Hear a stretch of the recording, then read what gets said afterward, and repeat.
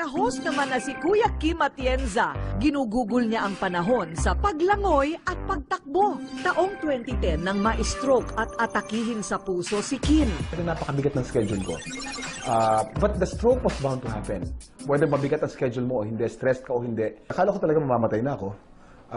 Mabuti na lamang at naagapan. Mula nang malampasan ni Kim ang banta ng matinding karamdaman, hindi na siya nagpatumpik-tumpik. Bumalik din si Kim sa kanyang healthy lifestyle. Alas 6 ng umaga tuwing Martes at Huwebes, nagpapapawi si Kuya Kim habang iniikot niya sa pagtakbo ang buong Dasmariñas Village sa Makati.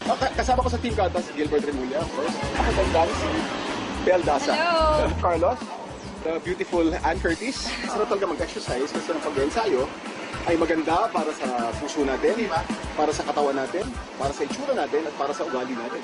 1 oras ng pagtakbo at pagtulo ng tumatagaktak na pawis. Imbis na tubig ang inumin ni Kuya Kim, inuming kulay berde o green ang ipinakita niya sa amin. Yung barley by itself ay rich in vitamins and rich in antioxidants. Kailangan natin yan para mag-recover yung katawan natin at para hindi tayo kamanda ng mabilis. Nagustuhan niya, so yun ang ginagamit niya ngayon tuwing. Actually, hindi lang sa tuwing tatakbo araw-araw niyang iniinom. Mayaman kasi ang barley sa natural nitong enzyme, folic acid, chlorophyll, organic sodium at marami pang iba.